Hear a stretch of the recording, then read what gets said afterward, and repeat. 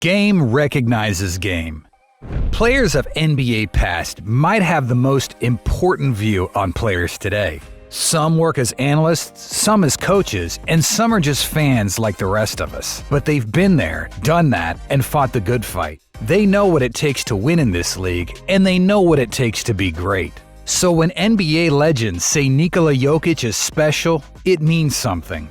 Let's find out what these guys have to say about the Nuggets' two-time MVP, Nikola Jokic. Despite botching his name in the 2017 All-Star Skills Challenge, I like Nikola Jokic, the Joker from Denver, to win it. Former Indiana Pacers star Reggie Miller once compared Jokic to the NBA's greatest point guard ever. He's like magic. Magic wanted to feed everyone. Like magic, Reggie said that all Jokic cares about is giving his teammates the best shot possible. Reggie Miller, once the all-time three-point leader, knows the value of getting clean looks. Reggie thrived on off-ball movement. Not usually one to create his own shot, he relied on getting clean passes from his teammates on his way to 25,000 career points. Miller getting the room. Here's Miller for three. If he played with a guy like Jokic, basically a 7-foot point guard, his life would have been way easier. Only 8 years into his career, Jokic has asserted himself as probably the greatest passing big man of all time. Uncharacteristic for his position, Jokic consistently ranks among the top NBA players in assists. Since his breakout 2019 season, Jokic has averaged 8 assists per game. He's got great touch, doesn't he?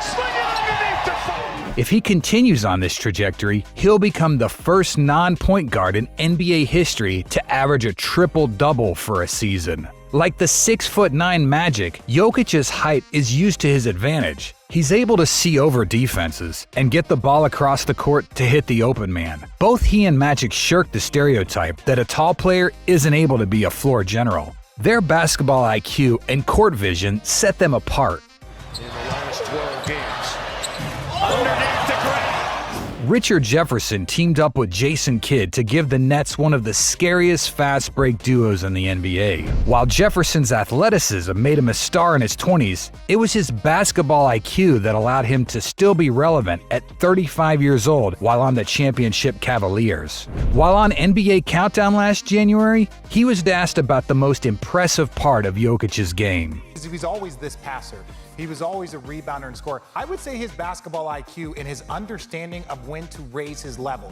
While Jokic's scoring is down this year from his 2 MVP seasons, Richard said that was by design. His 20-point-per-game teammate Jamal Murray had been out the last season and a half, so Jokic had to take on the scoring load. After averaging 26.4 and 27.1 points per game the last 2 seasons, he's down to 24.7 this year. But Richard said that's by design. His assists are up this year, hovering around 10 per game all season.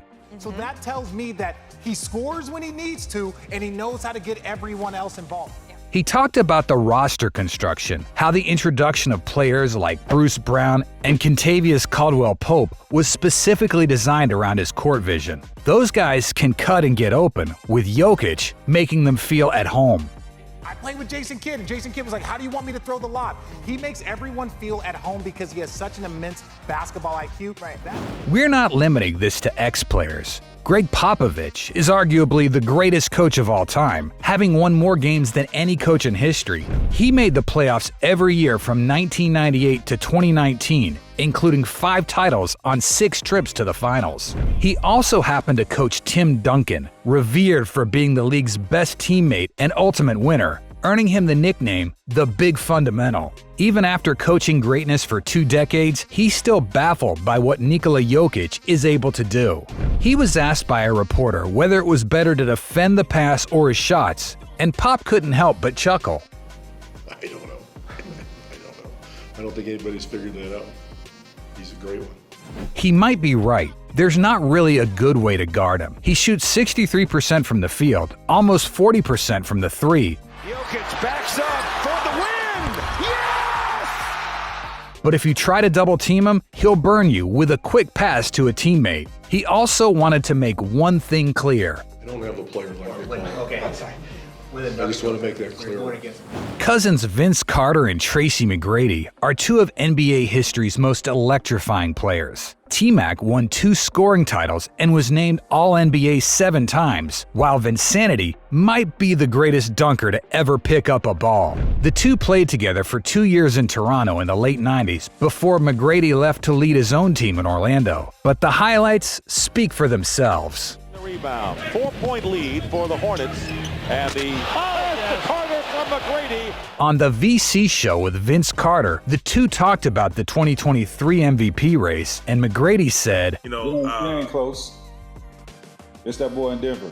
They praised his ability to raise his team. Vince said that despite the fact that a lot of people disrespect the Nuggets, he's been able to bring them to #1 in the West. The Nuggets currently rank #1 in best team field goal percentage, the only team in the league over 50%. Jokic is the main reason behind that. It seems like every shot he gives his teammates is an open look, giving them high percentage shots and making everyone around him that much better. Get Jokic going, but they're doubling him every time.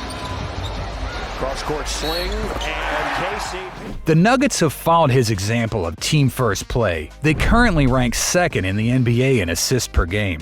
First on that list, none other than the Golden State Warriors, whose Big Three have won 4 titles in the past 8 seasons. Jokic spins, bumps, and finishes. No egos, no ISO, just good basketball. That's why they're able to succeed without a second All-Star. They're the only team in the top 5 of either conference with only 1 past or present All-Star in their starting lineup. Shaquille O'Neal was one of the NBA's most dominant forces. His sheer size and strength made him impossible to guard. Add in his incredible footwork, and he's arguably one of the top 10 players in the game's history. Samaki Walker, the ball into Shaq. He's going to the hole. Slam! Dunk! 6'6" Charles Barkley, meanwhile, had to rely on strength and grit to battle with his fellow big men. Despite his short stature, he was one of the greatest rebounders of his era. The duo make an entertaining combo on NBA on TNT, with both former MVPs giving their insight on current players. Often, this is negative, such as when they eviscerated the LA Lakers' Anthony Davis for being too soft. I blame Anthony Davis. You ain't doing what you're supposed to do. You're 27 years old. You ain't holding up your end of the bargain. Last Christmas time, the Joker joined the Inside the NBA crew when he became the all-time leader in triple-doubles for a center. Shaq and Jokic are seemingly nothing alike. Shaq was a dominant force, while Jokic is forced to use his incredible skill in order to succeed. Despite their differences in play at the same position, Shaq had to give it up to the Serbian big man. One big guy to another, I just want to say it's a joy watching you play. You're the epitome of what a great big man should look like. Scoring, passing, being very unselfish. I love your game and I'm proud of you, brother. Chuck, meanwhile, was a little more focused on his style. You coming in tonight, you were fly tonight, brother. Wait, you look good tonight walking in there.